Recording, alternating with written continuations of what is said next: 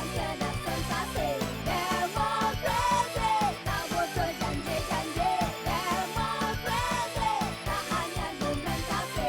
Demokrasi jangan cari solusi.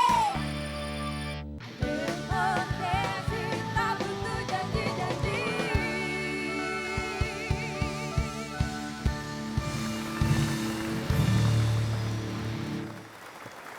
Selamat malam pemirsa, saya Indah Pelopori bersama dengan Ngademin, Iwel dan Taufik. Senang sekali bisa menemani Anda di Demo Crazy.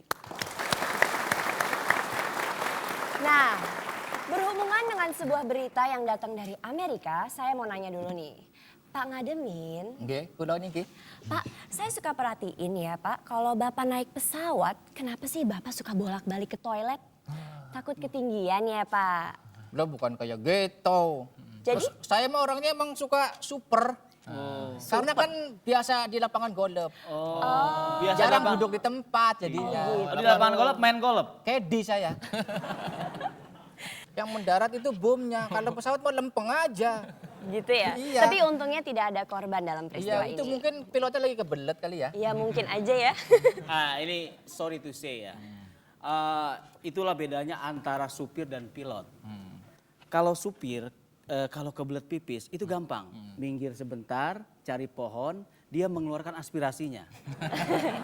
Ya kan? Aspirasi. Ya pipis, aspirasi Oh, supir iya, kan aspirasi. pipis.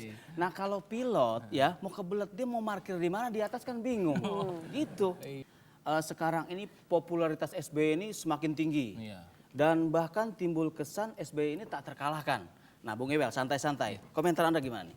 Ya sebenarnya kalau dalam strategi politik ya kan kalau tidak bisa mempunyai senjata yang lebih baik dari lawan, nah sebaiknya menggunakan senjata yang sama dengan lawan. Gitu. Nah kalau menurut Pak Taufik, SBY itu salah satu keunggulannya apa?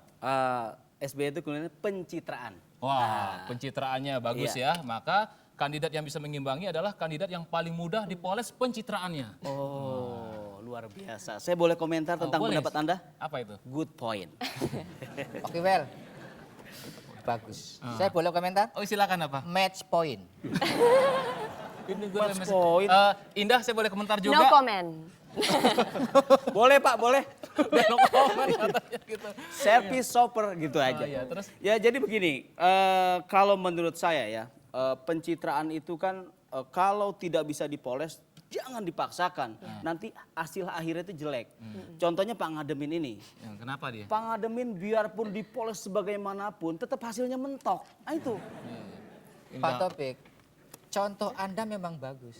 Tapi alangkah indahnya kalau ada contoh yang lain. Nah, kenapa jadi saya sih lah? Tuh. Lagian Pak Taufik nggak boleh gitu. Ngasih contoh sama teman kok pas bener. Lah, ah? Jangan. Jangan begitu. Ya enggak. Kalau gitu kita beralih ke berita. Ini ada berita yang menarik nih Pak Ngademin. Ini mengenai flu babi ya. Sangat penting. Flu babi. Iya. Kedengarannya nggak enak banget udah flu babi begitu lagi. Ini ada istilah yang lain nggak Pak? Ya kalau flu babi itu kan istilah lainnya adalah flu Meksiko. Nah lebih enak kedengeran gitu. Iya. Flu Meksiko. Flu Meksiko ya. Iya. Jangan dipunya flu babi, jangan Iya. gitu. Jadi yang benar flu Meksiko. Ini kalau masalah flu, Iya. ya itu saya paling ahli Pak Topik. Paling ahli saya. Wow, jadi Pak Ngadem ini sangat menguasai juga masalah flu ya. Saya ahlinya. Kalau dulu kan ada flu istilahnya tuh kayak flu Hongkong. Pada flu ya. Hongkong, ada flu burung. Flu burung. Nah, sekarang ada flu babi. Flu babi. Iya kan? Iya.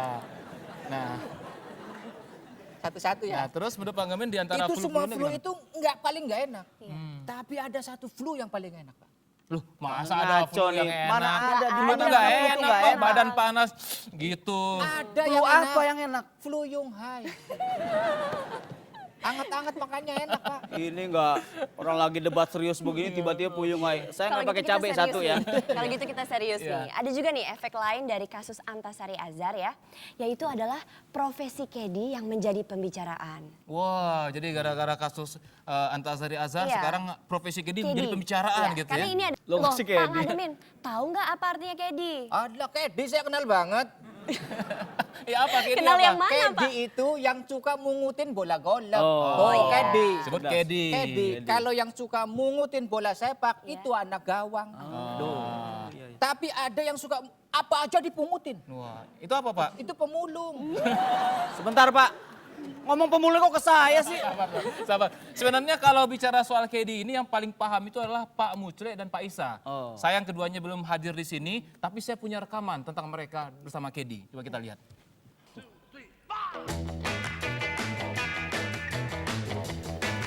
Well, she was just 17, and you know what I mean. Dari tadi kamu kok ngikutin saya terus? Lah, ini kan tugas saya, Pak. Tugas saya itu kan memayungi dan menemani Bapak. Kirain kamu naksir saya. Saya paling takut dengan KPK. KPK. Apa tuh, Pak? Kecantol perempuan Peggy. Ya ampun, Bapak bisa aja deh. Lu kan ada pantunnya. Ya? Hari Kamis beli minyak di Mesir. Ini kumis banyak yang naksir. Pak, saya juga takut sama KPK. Apa itu? Konspirasi politik kelas atas. Adik bisa aja. Bapak juga bisa aja. Gimana? Cuaca hari ini. Hujan nggak kira-kira? Ah, tenang aja Pak, cuacanya cerah. Lagian nih Pak ya, kalau turun hujan, kan kita sudah sedia payung sebelum hujan. Jangan sampai kita baru main turun hujan. Baru main turun hujan. Turun hujan kok baru main? Jangan Pak, tenang aja, nggak bakal turun hujan, nggak Pokoknya bakal. cerah ya. Cerah, Suasananya, udaranya, bagus. anginnya gimana angin? Oh, pokoknya anginnya sih baik Pak, anginnya itu tuh nggak kenceng juga nggak lambat. Ya pokoknya sepoi.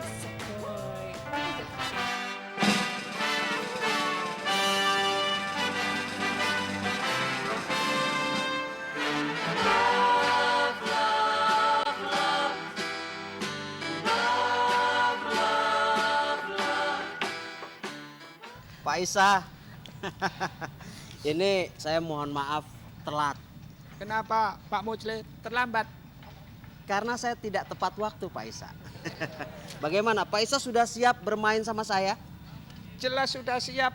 Handphone pakai Bluetooth. Come on, siapa takut? Pak Isa, pakai Bluetooth ganti infrared. Artinya, Saya mah nggak takut kalau saya tidak keseret-seret. Sakit Pak Isa. Loh Pak Isa, ini maaf, kok Pak Isa aja yang dipayungin? Adinda, Iya. Kakanda juga mau dong dipayungin. Kan Kakanda panas. Aduh, Kakanda.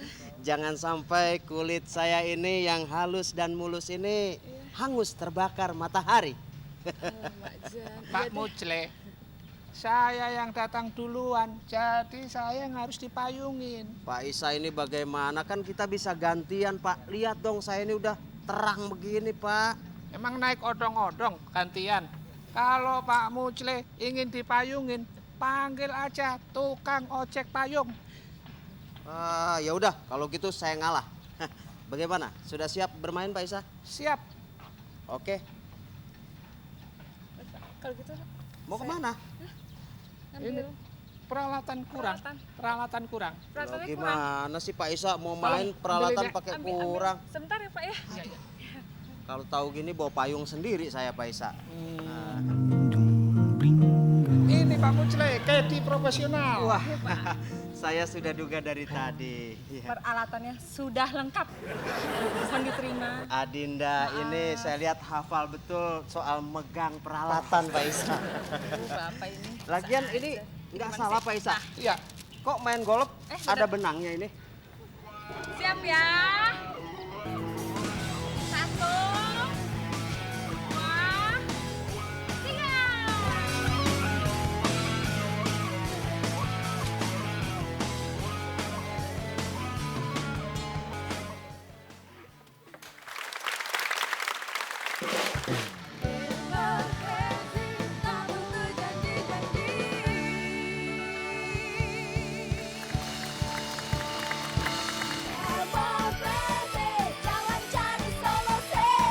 Ya, pemirsa kembali lagi di Demokrasi. Maaf kerusakan bukan pada televisi Anda. Kalau tadi Anda lihat indah begitu beningnya, sekarang ada Murphy di sini. Pak Iwel, saya udah cuci muka 7 kali ini. Masa masih dibilang gurem aja? Ya, Pak Murphy, dapat dipastikan anggota DPR mendatang di samping kalangan artis yang begitu sangat banyak sekali, juga banyak anak pejabat, anak elit partai, suami istri, kerabat dekat, semuanya itu banyak sekali. Dan salah satu contohnya ini kalau kita lihat di sini dari Partai Demokrat itu kan ketua Dewan Pembinanya adalah SBY. Pak SBY, iya. Sementara jadi ketua umum Adi Hutomo adalah iparnya SBY. Ipar. Dan anaknya SBY yang merupakan keponakan dari Hadi Hutomo itu juga dicaleg, yaitu Edi Baskoro. Nah, di Partai Hanura itu ketua umumnya adalah Pak Wiranto, istrinya Pak Wiranto yaitu Rugaiya Usman itu juga caleg dari Hanura. Dari Hanura, ya. Terus di Partai Amanat Nasional, pendiri partainya adalah Pak Amin Rais yang ketua MPP juga di PAN. Dan adik Pak Amin Rais yaitu Abdul Rozak Rais nyalek, putranya Ahmad Mumtaz Rais juga nyalek juga. Iya. Terus kalau kita lihat misalnya ini Gubernur Banten Ratu Atut Kosyah, suaminya itu Hikmat Tomat caleg dari Partai Golkar, sementara putranya Andika Hazrumi adalah calon anggota DPD. Nah, ada lagi yang suami istri, suami lolos, istri juga lolos. Iya. Nah, gitu. Dua-duanya lolos enak ya Pak ya. Kalau yang satu nyangkut repot. Iya. Tapi ya kalau itu baik ya nggak apa-apa, nggak masalah ya Pak Iwel ya. Maksudnya bapaknya politisi, anaknya juga politisi ya seperti Bapak Amin Rais kan. Iya. Tapi sebenarnya kalau kita lihat bakat seseorang itu dari anak-anak kita udah kelihatan Pak besarnya jadi apa. Oh gitu. Iya. Contohnya? Dari kelas contohnya ya. Ya, kalau lagi di dari kelas SD. lagi belajar di gitu. Di kelas tuh anak suka ribut aja. Guru nerangin ribut. Oh. Anak kerjain PR atau ngerjain tugas ribut. Itu dipastikan besarnya jadi provokator. Oh, kelihatan. Mimpin demo di MPR DPR ya kan. Oh, gitu. Terus ada anak yang tulisannya jelek kalau kita lihat. Itu bakat tuh Pak. Bakatnya apa? Jadi dokter. Oh. Iya kan? Iya, Tulisannya susah dibaca. Iya. Jadi dokter. Terus juga ada anak yang di kelas tidur aja. Wah, ini menarik nih. Iya, Ini kalau gedenya jadi apa nih? Anggota DPR Pak. Ya. Sebelum kita berbincang masalah ini, kita dengarkan dulu sebuah lagu yang pernah dinyanyikan oleh Iwan Fals itu dulu banget ya pada masa Orde Baru. Ini lagunya. Wakil rakyat kumpulan orang hebat, bukan kumpulan teman-teman dekat, apalagi sarapan diri. Ya, apakah sebenarnya keluarga pejabat ataupun keluarga elit partai ini layak duduk di Senayan ataukah nanti hanya sekedar bikin arisan keluarga? Nah, untuk itu kita akan bincang-bincang. Kita sambut yang pertama Ahmad Mumtaz Amin Rais dan Tubagus Iman Aryadi.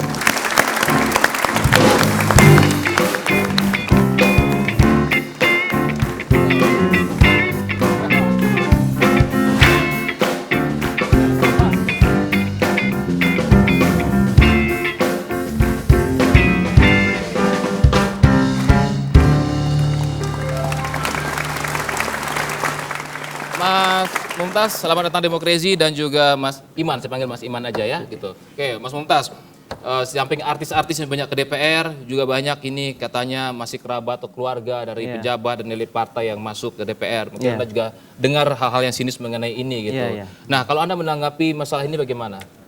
Jadi sederhana aja persoalannya itu. Kalau memang kita kompeten, kita capable dan kita mampu, kebetulan memang kita anak pejabat atau anak tokoh itu, jadi bukan merupakan suatu masalah. Standar mampunya itu seperti apa? Standar mampunya sekarang dilihat saja dari latar belakang pendidikan saya. Saya adalah seorang sarjana ekonomi. Artinya saya bukan seseorang yang serta-merta. Sama dengan Pak Murti, sarjana ekonomi juga, jurusan ekonomi lemah. Iya.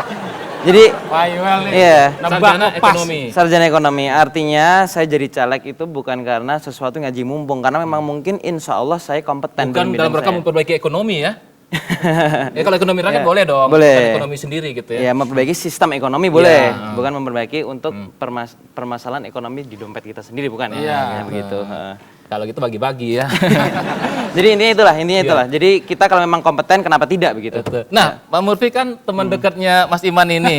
Kasih kenalkan dulu, dia ini putra siapa? Ya, ini saya hormat sekali dengan Bapak. Ini wali kota Cilegon bapaknya. Oh, putra wali kota Cilegon. Nah, sekarang juga anggota DPRD ya. Nah, sekarang lolos juga ke Senayan kalau hitung-hitungan ya. Nah, gitu. Nah, Mas Iman, kalau Anda juga gimana? Apakah dompleng ayah gitu ya? Karena ayah di Cilegon, otomatis masyarakat sana kenal Anda. Udahlah sekalian deh tumpang aja popularitas ini untuk meraih suara ke Senayan gitu. Ya pertama saya kira dalam konteks demokrasi bahwa siapapun itu berhak untuk dicalonkan ya, dalam konteks demokrasi, karena kita tahu bahwa dalam nilai-nilai demokrasi itu ada kesetaraan. Nah, dalam konteks ini bahwa kalau bicara ini mengikuti sang ayah, ya dapil saya ini meliputi 3 kabupaten. Nah, bisa nggak sebutkan, kalau tadi Mas Mumtaz sebutkan dia layak ya karena di sarjana ekonomi, ya punya pengetahuan lah di bidang politik. Nah, kalau Anda apa modalnya gitu? Ya, saya kira memang betul. Saya sepakat dengan Mas Mumtaz bahwa siapapun mereka yang tampil, mereka punya kompetensi, punya kapasitas dan jejak rekam. Ini saya kira kriteria yang sangat penting untuk seseorang itu layak ataupun tidak layak menjadi anggota DPR gitu ya. Nah, terutama sekali kompetensi itu ditunjukkan dengan tingkat pendidikan. Alhamdulillah saya hari ini sedang menyelesaikan S3 di UI, studi ilmu politik gitu. Nah, ini jelas kan, ngambil S3 di UI, ini ngambil S2 di Kulkas, jangan. Jelas di UI Pak Murfi gitu. Iya Pak. Iya. Pak Murfi gimana? Daripada ngambil komputer terus saya ditahan, Pak ngambil Pak Murfi, tapi kalau dilihat kan Ya. memang kan wali kota itu kan jabatan politis ya. Bagaimanapun ada turunan bakat politik ke Mas Iman. Mas Mumtaz juga Ya, itu udah pasti, bakat Pak. politik turun dari ayahnya gitu. Ya jelas kalau Bapak Iman itu kan dari ya turunan dari Bapak Wali Kota Teguan yaitu Bapak Haji Tubagus Atsafaat ya Pak ya. Iya. Nah, ini udah jelas dan Pak Mumtaz ini juga kan Iya, putranya Pak Amin Rais. Bapak Amin Rais Iya. ya kan. Iya. Politisi Iya. melahirkan politisi. Ya kan? Bapak Wali Kota juga melahirkan anak yang nantinya anggota DPR. dewan gitu kan. Nah, itu pas gitu. Ada juga bintang film. Anaknya jadi bintang Bintang film. film. Itu pas-pas aja boleh-boleh aja. Penyanyi, anak penyanyi. Penyanyi juga. Iya. Begitu. Nah, ini yang saya repotkan. Ini bahayanya kalau bapaknya miskin nih, Pak. Ya kan? Ini bakatnya pasti anaknya miskin juga nih, Pak. Loh, kan belum tentu dong, masa ada orang bapaknya miskin, bakat anaknya pasti miskin juga. Ada dong, ada yang memastikan itu. Istilahnya ada, Pak. Apa itu? Miskin 7 turunan. Nah, itu ya kan? itu Repot jadi turunan dia, Pak. bakat ya. Nah, kalau Mas Mumtaz gitu, apakah Anda menjadi caleg ini instan atau tiba-tiba? Ya mungkin karena waktu itu menjelang pemilu lagi ada tulis itu ya daftar caleg tetap atau sementara gitu, ya Anda masuk gitu. Apa ada proses yang Anda lakukan gitu? Jelas pasti ada proses yang saya lewati. Dalam tubuh partai itu sendiri ada yang namanya latihan kader. Dari dasar, menengah sampai tingkat atas begitu, sampai tingkat yang paling puncak. Nah, Jadi yang selain itu, latihan selain kader itu, ngerti ya? Latihan kader ya Latihan tahu, Pak. kader. Jadi- Saya tuh sering kader, Pak. Kalau kemana-mana alamat nggak tahu saya kader. Iya. Latihan Selain kader itu, dari tingkat dasar. dasar, madya sampai tingkat paling Iya. atas, ya kan. Tetapi selain itu yang paling penting adalah saya menjadi seorang politisi ini memang karena cita-cita saya dari sejak semula saya kecil begitu. Jadi Karena pengaruh orang tua, karena lihat ayah Anda politisi gitu. Iya pastinya, karena ada influence atau pengaruh dari orang tua itu sendiri. Jadi memang dari kecil, ketika SMA semua pengen jadi astronot, ya kan? Semua pengen jadi dokter, semua pengen jadi orang-orang pintar pernah gitu. pengen jadi dokter juga dulu waktu Bukan, kecil? kalau saya tidak. Oh, Saya, tidak, saya ya. dari kecil memang pengen jadi politisi. Jadi akhirnya Foto saya di kamar saya itu foto-foto banyak ya terpampang seperti foto Saddam Hussein, terus Ahmadinejad segala macam. Jadi emang ketika orang tuh waktu kecil yang dipasang adalah posternya Britney Spears, posternya Backstreet Boys. Kalau saya tidak. Jadi yang saya pasang itu poster-poster para tokoh politisi dunia. Jadi Saddam Hussein dan segala macamnya itu. Pak Iwel, Begitu. ini cocok sekali dengan saya. Sama persis, Pak. samanya Jadi, apa? Dari kecil cita-citanya mau jadi politisi, akhirnya kesampaian. Saya kecil-kecil, Pak. Udah mau jadi penganten, Pak. Kesampaian, Pak. Iya, bener itu. Nah, kalau Mas Iman sendiri, apakah emang dari kecil Anda pengen jadi politisi atau setelah besar Anda bergaul, berorganisasi, wah kayaknya politisi bisa juga jadi karir nih, gimana? Ya, saya kira sama ya bahwa proses ini dilalui dan itu semenjak kecil. Kebetulan saya dulu S1 di UIN, saya pernah menjabat sebagai ketua BEM. Lalu saya juga pernah aktif di HMI. Lalu selesai itu juga saya pernah menjadi ketua KNPI di provinsi. Lalu pemilu 2004 saya juga menjadi calon sebagai anggota DPRD Provinsi Banten. Lalu setelah itu 2009 ya saya mencalonkan diri menjadi anggota DPR RI. Di internal partai politik saya melakukan proses-proses ini dari semenjak Dewan Pimpinan Daerah Partai Golongan Karya tingkat kota lalu tingkat provinsi. Nah, semua itu Anda jalani sendiri atau ada pengaruh faktor orang tua begitu? Ya tentu saya kira pengaruh itu ada, tetapi proses perjalanan organisasi itu kan kita harus menunjukkan kompetensi kita, apalagi Partai Golongan Karya saya kira satu partai yang paling tidak proses itu, seleksi itu sangat ketat sekali. Jadi kompetensi itu akan dilihat karena kita ada PDLT, prestasi, dedikasi dan loyalitas terhadap partai politik. Nah, Mas Mumtaz, waktu kampanye kemarin strategi apa yang Anda lakukan sehingga Anda bisa mendapatkan suara yang banyak? Atau Anda setiap kampanye mungkin selalu bawa foto bapaknya gitu? Nggak usah bawa Pak, orang mirip bener Pak. Gimana yang nggak usah bawa ya? Iya. Apa? Jadi sebenarnya sederhana juga itu. Permasalahannya apa? Kita harus banyak turba istilahnya. Itu di sana disingkat turba. Turun ke bawah. Turba turun ke bawah. Ya, karena Turbo memang itu turunan Bo. Jadi masyarakat, rakyat itu sangat antusias ketika melihat langsung calonnya. Bersalaman begitu saja. Dengan tanpa kita harus berbicara, berdialog, dengan bersalaman saja mereka tuh sudah langsung memilih kita. Gitu loh. Dari salaman aja. Dari salaman udah langsung ada seperti itu chemistry. Ilmu apa kira-kira itu? Nah, jadi itu tadi. Jadi harus ada memang kedekatan emosional Turba tadi itu. antara si calon dengan calon pemilih itu sendiri. Jadi memang harus ada semacam ikatan emosional dan chemistry itu harus terbentuk. Nah, chemistry kalau orang pacaran kan biasanya kan Jangan ke saya dong lihat pacaran. Enggak. Sayang ya, kalau pacaran misalnya kan kalau pacaran. Ya, intinya kan kita di sana adalah bagaimana kita berbaik-baik dengan konstituen kita. Dengan cara ya kita jangan jadi orang yang congkak begitu. Kita turun ke bawah aja langsung bersentuhan dengan masyarakat, bersalaman, berdialog, mungkin ada aspirasi yang bisa kita serap nanti bisa kita realisasikan ke depan. Iya. Gitu. Nah, Mas Iman terakhir, sekarang Anda di legislatif, apakah Anda rencana ke depan itu Anda juga di eksekutif nanti sudah mengincar posisi orang tuanya nih? Wah, ini kan itu orang tua lengser, nah saya maju nih. Ya, memang saya sebutkan tadi ya, dalam konteks demokrasi siapapun itu berhak untuk dipilih. Nah tentu apapun alasannya bahwa ketika itu adalah merupakan sebuah pilihan masyarakat, ya mau tidak mau memang itu adalah hasil dari sebuah demokrasi dan saya kira itu tidak ada masalah. Tetapi bagi saya prinsip politik saya seperti air mengalir saja. Di mana ada peluang, ada kesempatan dan di situ memang kita bisa melakukan apresiasi dalam konteks politik, ya kita siap melakukan proses itu. Nah, baik. Ya. Terima kasih Mas Iman, Mas Mumtaz sudah hadir di Demokrasi. Pemirsa, sesaat lagi kita akan membicarakan tentang kinerja dan citra KPK pasca penahanan Ketua KPK nonaktif Antasari Azhar. Jadi tetaplah di Demokrasi.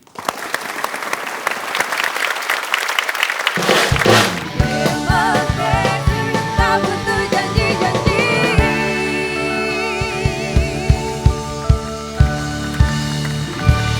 Demokrasi, jangan cari solusi. Demokrasi, jangan cari solusi. Demokrasi, tak butuh janji-janji.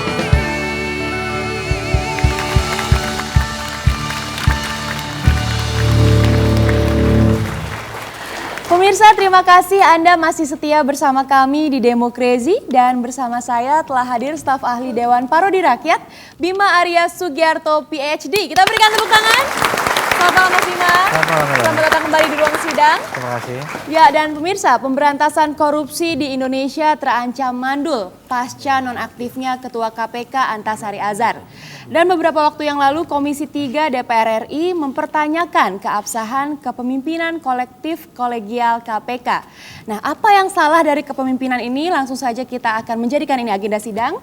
Untuk itu kami sudah mengundang dua orang narasumber yang telah hadir di ruang sidang. Yang pertama telah hadir Bang Victor Laiskodat dari Komisi 3 DPR RI. Kita berikan tepuk tangan.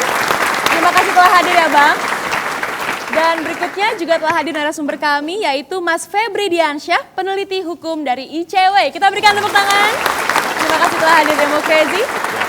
Ya, dan silakan Pak Iwel. Iya, bagaimanakah KPK pasca penahanan Ketua KPK nonaktif Antasari Azhar? Itulah yang menjadi agenda sidang kita. Dengan ini sidang saya buka.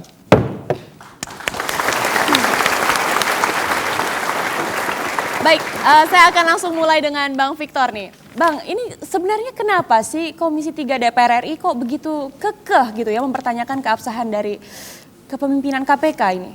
Ya, ini yang pertama bukan keinginan Komisi 3. Jadi? Itu perintah undang-undang. Dalam Undang-Undang 30 tahun 2002 dijelaskan pada pasal 21 bahwa cara bekerja pimpinan Komisi Pemberantasan Korupsi itu adalah bersifat kolektif. Bekerja secara kolektif dalam penjelasan 21, pasal 21 ayat 5-nya menyatakan mengambil persetujuan dan kesepakatan itu secara bersama-sama. Nah, siapa itu pimpinan komisi? Pimpinan Komisi Pemberantasan Korupsi terdiri dari 5 orang, 1 ketua merangkap anggota, dan 4 wakil ketua merangkap anggota. Sehingga kalau kita lihat pasal 21 ayat 5-nya menyatakan bahwa Komisi Pemberantasan Korupsi dalam rangka menentukan sikapnya untuk mengambil keputusan dan persetujuan harus dibutuhkan kelima-lima orang ini sebagai pimpinan Komisi Pemberantasan Korupsi. Ya Mas Febri, apakah Anda setuju bahwa sebenarnya kan masih ada 4 wakil pimpinan yang sebenarnya bisa disebut kolektif? Ini bagaimana Anda memandang ini? Ya, itu yang jadi pertanyaan dan kekhawatiran yang sangat kuat dari kita di publik, bahwa di tengah kegoncangan KPK ketika salah satu ketuanya kemudian terlibat dalam dugaan pembunuhan, ternyata suara dari Komisi 3 justru terkesan ingin mendiskreditkan dan mengkerdilkan KPK. Padahal kita butuh pemberantasan korupsi yang sangat kuat saat ini. Dan yang bisa dipercaya itu KPK. Dan itu yang pertama. Yang kedua, saya pikir kalau kita baca pasal 21 itu sebenarnya mengatur tentang apa saja unsur dari KPK dan pimpinan itu terdiri dari apa saja. Persoalan apakah itu diputuskan secara kolektif, itu ada mekanisme internal. Jadi saya pikir 4 pimpinan KPK itu sudah bisa dikatakan konsep dari kepemimpinan bersama. Karena undang-undang memberi kemungkinan jika suatu saat ada pimpinan yang meninggal misalnya, ada pimpinan yang terlibat tindak pidana atau alasan-alasan lain. Jadi saya pikir undang-undang KPK ingin institusi KPK tetap utuh meskipun dengan 3 atau 4 pimpinan. Makanya kita menilai bahwa alasan DPR itu memang agak bisa berimplikasi menyudutkan Komisi Pemberantasan Korupsi, dan kita akan bela KPK. Itu harga mati. Harga mati ya. Mas Bima, ini yang membuat undang-undang ini kan DPR ya. Lalu Mas Bima bagaimana nih memandang ini? Ya, ini menarik memang. Pasca penangkapan Antasari Azhar ini kemudian berkembang spekulasi macam-macam terkait dengan motif di belakang, dikaitkan dengan kasus-kasus besar dan lain sebagainya. Nah, saya kira jangan sampai kemudian perdebatan di Komisi 3 ini ditanggapi juga secara negatif oleh publik. Jangan sampai kemudian anggota DPR ditangkap oleh publik sengaja mendelegitimasi KPK, sengaja mengerdilkan KPK, padahal kita semua tahu bahwa pimpinan KPK itu juga telah melalui proses seleksi dari DPR begitu ya. Dan saya kira begini, pada intinya undang-undang kan menyatakan dengan jelas bahwa jika memang pimpinan KPK ini mengalami proses hukum bisa diberhentikan sementara. Jadi secara hukum, Bung Febri, tentu saja sebetulnya masih memiliki dalam konteks hukum masih saya sebagai ketua, tetapi diberhentikan sementara, begitu kan? Sehingga tidak mungkin ada proses lain yang menggantikan beliau. Itu dalam pemahaman saya. Nah, artinya dalam konteks kita semua membutuhkan satu gerakan korupsi yang tetap konsisten, ya 4 pimpinan yang bergantian ini adalah pilihan yang paling logis saya kira, gitu. Ya, dan Bang Vito sendiri, ya silakan. Berbeda antara lembaga penegak hukum Polri dan Kejaksaan dengan KPK. KPK ini adalah suatu lembaga super body. Lembaga yang menangkap orang, pejabat negara, even pejabat negara tidak perlu izin presiden. Lembaga yang melakukan penyitaan tidak perlu izin daripada pengadilan. Ini lembaga yang super body. Karena super body itu pembuat undang-undang menyiapkan agar tidak boleh ada celah di antara kelima orang ini. Disiapkan agar dalam menentukan keputusannya, kelima-lima ini harus aktif. Tidak ada niat di dalam bangsa ini termasuk DPR RI untuk mau membuat KPK hilang daripada. Jadi bukan karena ada motif lain ya atau ada kekhawatiran gitu. Pertanyaannya bahwa karena dia begitu super body, maka dipersiapkan asas-asas yang menjaga agar lembaga ini tetap berjalan adalah asas keterbukaan, asas kepastian hukum. Nah, kenapa kita harus berjalan untuk tidak ada kepastian hukum selama kita membutuhkan kepastian hukum sebagai asas yang membuat KPK ini legitimate. Jadi Anda meminta ada off sementara sampai ada tidak meminta off sementara, tetapi khusus untuk mengambil keputusan dalam rangka ada hak asasi manusia yang dilanggar. Contohnya, kalau dalam perjalanan setelah Antasari ini ada masalah-masalah yang berkaitan dengan penyidikan itu, silahkan jalan. Penuntutan silahkan jalan. Tetapi apabila suatu perkara yang ditingkatkan menjadi penyidikan, itu harus dibutuhkan 5 ini. Karena itu kekuatan itu harus dijaga. Kepastian hukum agar KPK ini tidak semena-mena dengan super body ini berwenang-wenang dan tanpa dijaga yang 5. Harus ada ketuanya. Pertanyaan saya, kalau memang ini 4 jalan, siapa ketuanya? Mekanismenya tidak ada untuk menentukan ketua. Silakan Mas Saya Febri. kira yang menimbulkan ketidakpastian itu adalah teman-teman di Komisi 3 DPR. Saya ingin bilang seperti itu karena sebenarnya sudah clear semuanya. Ada proses, tolonglah hormati proses hukum di kepolisian. Saya kira kita semua tahu ada azas praduga tak bersalah. Antasari Azhar itu masih jadi tersangka. Dia baru bisa diberhentikan sementara. Diberhentikan secara tetap ketika dia jadi terdakwa. Tapi undang-undangnya membutuhkan Dan itu. proses seleksi itu baru bisa dilakukan Undang-undang ketika sudah membutuhkan diberhentikan apa secara menyatakan tetap. pasal 21-nya menyatakan bahwa bekerjanya secara kolektif dan kolektif bicara secara kolektif itu ikut berperan serta memberikan persetujuan. Jadi saya pikir Jadi kalau begitu dia di penjara bagaimana dia memberikan persetujuan? teman-teman Ini DPR masalah cuma memang. baca pasal 21 mungkin. Memang itu tata kerja, Ya, tata kerja dari kepemimpinan KPK. Siapa itu pimpinan KPK? 1 ketua merangkap anggota dan 4 wakil ketua merangkap anggota. Tidak ada lain dari itu. Itu semangat bicaranya seperti kemarin kayak gini juga ya Pak? Ya pasti karena memang ini masalahnya undang-undang yang harus kita tidak boleh kita melabuh. Ya, saya ada tambahkan ya, Pak Budiman. Saya sih nggak setuju kalau KPK itu disebut super body. Kenapa, Ya. Pak? Kalau itu super body, maka KPK harus diganti menjadi Superman. Itu. Begitu aja Pak. Jadi kan kuat kokoh begitu. Pak Ohang mau bicara? Saya mau bicara dari tadi Pak, tapi takutnya nabrak Pak. Jadi saya kaget Pak. Sebentar. Makanya di situ, wah benar-benar, saya nggak ngerti. Yang intinya kan ini masalah korupsi. Jadi pemberantasan korupsi itu sebenarnya bisa dari diri kita sendiri. Iya benar kan? Karena itu. Saya waktu kunjungan ke daerah-daerah, saya pernah diberi amplop. Saya kembalikan. Saya kembalikan. Wah, itu toladan yang baik sekali itu Pak Ahong ya. Ahong, Kenapa amplopnya itu dikembalikan supaya masyarakat tahu? Tolong dijelaskan. Kan amplopnya kosong. Ya punya Ohang ini gimana sih? Amplop kosong ya kembalikan. Itu memalukan. Contoh Kenapa? Itu kalau keliling daerah, itu tetap itu dikasih amplop. Sama isi-isinya, pulangin. Oh, isi-isinya. Kembalikan amplop yang ada isinya, pulangin. Uangnya? Amplopnya. Uangnya? Ya, Pak Victor dan Mas Febri, sekarang kita ingin tahu juga apa tanggapan dari masyarakat ya tentang KPK ini pasca penahanan Pak Antasari Azhar. Mari kita saksikan sama-sama. Percaya nggak percaya sih sebenarnya, soalnya kayaknya kemarin yang aktif banget itu dari Antasarinya. Percaya saja ya, mungkin lihat dari KPK, track record KPK ke belakang mungkin cukup menjanjikan lah ya gitu, walaupun Antasari terseret dengan kasus ini gitu. Saya pikir seorang Antasari Azhar tidak bisa kita menafikan hasil kerja KPK ya, karena kan KPK itu merupakan lembaga yang tidak hanya Antasari Azhar di sana, tapi juga ada pimpinan-pimpinan yang lain yang juga saya pikir sangat-sangat kredibel di sana gitu. Siapapun orangnya, KPK tetap harus berjalan sesuai koridornya yang diamanatkan oleh pemerintah. Gitu. KPK kan bukan hanya Antasari tapi juga timnya. Jadi KPK tuh bagus bukan cuma Antasarinya, tapi tim di belakangnya juga harus kuat. Jadi saya percaya pasti bisa. Dengan kasus ini saya harap nggak akan mengurangi kinerja KPK apapun.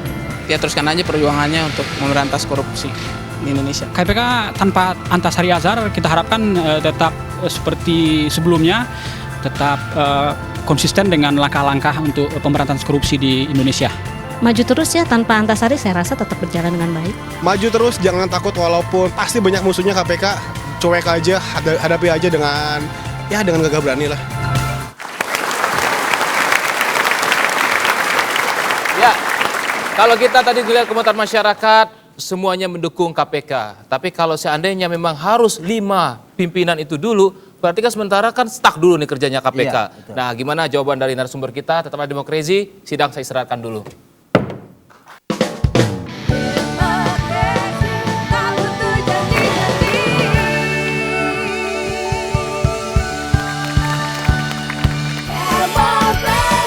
Jangan cari solusi.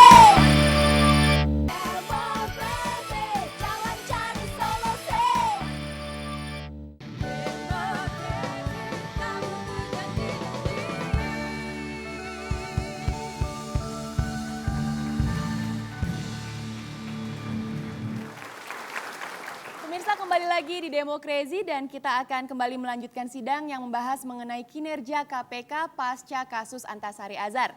Dan sekarang saatnya bagi saya untuk memperkenalkan fraksi Balkon yang telah hadir di ruang sidang. Yang pertama telah hadir teman-teman dari jurusan Pertambangan UPN Veteran Yogyakarta. Kita berikan tepuk tangan. Selamat datang Demokrasi. Bawa oleh-oleh Mbak Pia? Oh nggak bawa oleh-oleh? Oh, nggak apa-apa. Baik. Dan berikutnya juga telah hadir teman-teman dari Fakultas Ilmu Komunikasi UPI Jakarta. Yang berwarna biru, terima kasih telah hadir Demokrasi. Dan berikutnya juga telah hadir teman-teman yang datang jauh-jauh dari Lampung, yaitu dari Perguruan Tinggi Teknokrat Lampung. Wah, selamat datang di Demokrasi. Ya, baik Pak, kita kembali lanjutkan sidang kita dan saya ingin langsung ke Bang Victor nih. Tadi kita sudah saksikan sebuah video tayangan, banyak sekali komentar masyarakat yang menyupport KPK. Jadi ada yang bilang tanpa Antasari Azhar KPK harusnya tetap berjalan gitu. Ini gimana nih Bang? Rupanya masih banyak kok yang mendukung KPK ya. Tidak ada di DPR maupun Komisi 3 yang menyatakan tidak ingin KPK itu tetap jalan. Kami punya semangat yang sama dan menurut saya semua kita punya semangat yang sama. Mas Febri, kasus yang dihadapi Pak Antasari ini kan sekarang juga masih dalam tahap penyidikan ya. Prosesnya panjang sekali hingga sampai ke pengadilan nanti. Berarti ini kabar gembira juga buat orang yang udah dengar-dengar, wah ini kayak bakalan di kotak-katik KPK nih gitu. Kalau seandainya KPK tidak bisa juga melakukan proses gitu ya, menaikkan dari tadinya penyelidikan menjadi penyidikan gitu. Saya pikir yang paling senang dengan kabar ini adalah kelompok-kelompok koruptor. Itu poin pertama, karena kalau kemudian KPK tidak punya kewenangan menetapkan tersangka ke penyidikan dan harus ada penggantian, itu sangat berbahaya. Tapi saya ingin sampaikan dua catatan sederhana saja. Yang pertama, menurut catatan ICW itu setidaknya ada 55 anggota DPR yang diduga akan terkait dengan tindak pidana korupsi. Dari mulai kasus aliran dana Bank Indonesia, itu dari kesaksian di pengadilan, disebutkan sejumlah nama. Kasus Agus Condro sudah ada sejumlah bukti yang cukup terang dan sejumlah nama catatan bank sudah jelas. Dan bahkan juga kasus yang disebutkan dalam dugaan korupsi dana stimulus. Nah, masyarakat akan berpikir apakah kerasnya DPR terhadap KPK dan mencoba untuk katakanlah mengkerdilkan KPK ini adalah bagian dari ketakutan dari DPR, kader-kader mereka akan dijerat. Jadi kita harus meyakini bahwa kelembagaan yang ada, yang diakui oleh undang-undang konstitusi ini perlu kita jaga agar tidak ambruknya negara ini. Saya kira kita ambruknya bisa... bangsa ini bukan hanya terletak daripada korupsi, tetapi ambruknya. Pak Victor, maksudnya perlu dijaga DPR-nya apa KPK-nya nih? Seluruh lembaga yang ada saat ini tidak boleh kita membuat kecurigaan-kecurigaan. Ada yang tertangkap di DPR. Saya menurut serahkan saja kalau memang salah ditangkap. Tetapi semangat Komisi 3 kemarin tidak ada pada ketakutan untuk ditangkap. Menurut saya kalau takut ditangkap pasti dia akan berbaik-baik hati dengan KPK. Oh begini Pak, kami dukung. Pak Victor tetapi tidak kalau orang yang ditangkap. berkeras tentunya tidak ada hubungan. Yang salah kita sepakat tangkap. Ya, bagaimana Mas Devi? Mungkin Pak Victor tidak takut ditangkap, makanya bisa bersuara keras seperti ini. Tapi saya ingin sampaikan bahwa fakta-faktanya seperti itu. Saya bukan tidak takut, saya tidak pernah salah. Dan survei TI, Transparansi Internasional Indonesia itu dari 4 tahun belakangan menempatkan 3 tahun belakangan lah ya, menempatkan DPR sebagai salah satu institusi yang sangat rentan koruptif. Itu penilaian masyarakat, bukan penilaian kita semua. Nah, apakah sikap Komisi 3 ini menegaskan sikap itu? Saya pikir itu yang harus dikoreksi. Persoalan apa yang dikatakan di pasal 21 yang menjadi dasar oleh DPR, saya bisa katakan itu persoalan teknis. Apakah nanti penyidikan diterima atau tidak, penuntutan tidak diterima atau tidak, itu kewenangan hakim. Dan kalau DPR mencoba membatasi KPK dalam hal penegakan hukum, saya pikir intervensi terhadap penegakan hukum sudah DPR itu adalah lembaga pengawasan baik bukan saja kinerja tetapi undang-undang. Jadi bukan kepada hakim, tapi kalau itu diteruskan, maka kelihatan DPR, apalagi Komisi 3 sebagai komisi hukum, kelihatan gobloknya. Sudah tahu ada salah tapi tidak mau ngomong. Tidak boleh. Kalau itu dijalankan terus silahkan, tetapi pada saatnya nanti begini, Bang, perlu dibuktikan. Bung Febri ya, Melani. Kata orang barat, we have to see a bigger picture. Kita harus lihat potret yang lebih besar. Potret yang lebih besar itu adalah bangsa ini punya persoalan dengan korupsi. korupsi ada di mana-mana, termasuk di parlemen menurut persepsi publik begitu kan. Jadi potret besarnya adalah kita harus fight terus melawan korupsi, tidak boleh berhenti sedetik pun, ya kan. Nah kemudian kalau ada persoalan Antasari Azhar, persoalan bagaimana utak-atik pimpinan, itu hanyalah potret kecil. Jangan sampai yang kecil itu kemudian kita besarkan, ya kan. Nah artinya bagaimana supaya proses penegakan hukum dan pemberantasan korupsi jalan terus, tetapi Antasari Azhar juga berproses kan begitu. Nah saya kira yang terbaik adalah bahwa undang-undang itu sudah mengatur secara jelas sekali bahwa akan ada proses yang tetap pasti, kepemimpinan tetap pasti bisa dilakukan secara kolektif, Bung Febri ya begitu. Nah, jangan sampai kemudian sekali lagi publik menduga dua hal. Pertama, ada anggota DPR yang akan senang jika kemudian terjadi vakum dalam proses pemberantasan korupsi. Yang kedua, jangan sampai publik melihat bahwa anggota DPR takut kasus korupsi ini dijadikan alat politik menjelang pemilihan presiden. Gitu, tapi Mas Bima memandang ini sebenarnya ada motif politik nggak sih di belakang ini? Mas? Ya bisa saja ada, bisa saja ada. Ya tapi kan kalau sekali lagi tadi Bung Victor bilang kita harus berpikir positif lah ya. Artinya ya kalau KPK ini tetap berjalan gitu kan, sebenarnya jangan takut bahwa akan ada hal-hal yang apa namanya yang di luar konteks ya. Karena bagaimanapun juga mata itu banyak sekali mengawasi kinerja KPU. Sedikit banyaknya pasti ada motif politik, Melani, karena anggota DPR ini kan dipilih berdasarkan proses politik gitu. Iya. Ini saya kira cukup menarik sekali membahas persoalan pemberantasan korupsi, kemudian melihat terminologi daripada kepemimpinan kolektif tadi. Saya tidak tahu. Bahasanya Pak Mucle tinggi ya. Tinggi. Saya bahasanya tinggi sekali. Iya, sesuai dengan sekolahnya. Saya tinggi sekolahnya Pak. Di atas pohon Pak. Jadi begini. Ini saya tertarik sekali dengan Mas Febri lagi yang cukup menggebu-gebu untuk membela KPK dalam persoalan undang-undang pasal 21 tadi. Tapi terlepas dari itu semua, saya jadi teringat dengan kata Bang Haji. Ini kalau kata Bang Haji, persoalan ini tidak terlepas dari persoalan perjuangan dan doa. Sesuai dengan lagunya. Gimana lagunya? Berjuang sekuat tenaga. Jangan pakai tetet. Tetapi jangan lupa. Ini masih panjang nggak lagunya Pak? Perjuangan harus pula disertai doa. Oke, tepuk tangan dong untuk Pak Mucle. Ya. Jadi saya kira itu. Ya, betul. Mas Febri, kalau gitu sekarang apa yang sebaiknya dilakukan? Solusi apa yang harus diberikan gitu agar KPK ini harus tetap bisa berjalan seperti biasanya dengan atau tanpa ketuanya? Saya kira yang pertama harus dipahami bahwa 4 pimpinan KPK ini tetap bisa jalan. Undang-undang kenapa tidak dipilih satu orang pimpinan saja misalnya? Undang-undang memang menghendaki agar kalau ada satu yang meninggal, kalau ada satu yang absen, satu yang berhalangan tetap, satu yang jadi tersangka, lembaga ini tetap utuh dan bisa bergerak.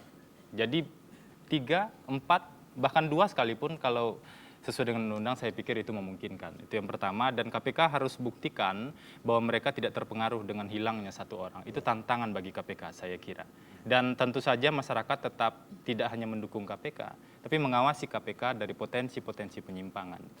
Saya pikir itu. Ya baik, mungkin Mas Bima ada yang disampaikan sebagai penutup Mas? Ya saya kira semua mata memandang kepada Komisi 3, kawan-kawan di Komisi 3 ini. Jadi kita berharap bahwa apapun yang diputuskan ini tidak kemudian menghambat upaya pemberantasan korupsi. Saya kira begitu. Baik, kita berikan tepuk tangan sekali lagi untuk staf ahli dan juga narasumber kita. Ya, dan sampailah kita di penghujung acara. Jangan lupa untuk saksikan terus Demokrasi setiap hari Minggu malam jam 21.05 waktu Indonesia Barat. Dan siaran ulangnya setiap hari Rabu jam 13.30 waktu Indonesia Barat. Dan apabila Anda ingin menyaksikan Demokrasi secara langsung, Anda bisa mengunjungi Facebook kami di Demokrasi Metro TV. Dan apabila Anda ingin menyaksikan video live streaming kami, silakan kunjungi www.metrotvnews.com. Terima kasih dan silakan Pak Iwal. Ya, sebenarnya saya juga. Itu kayak saya Pak. Ya, baiklah. Dengan ini sidang saya tutup.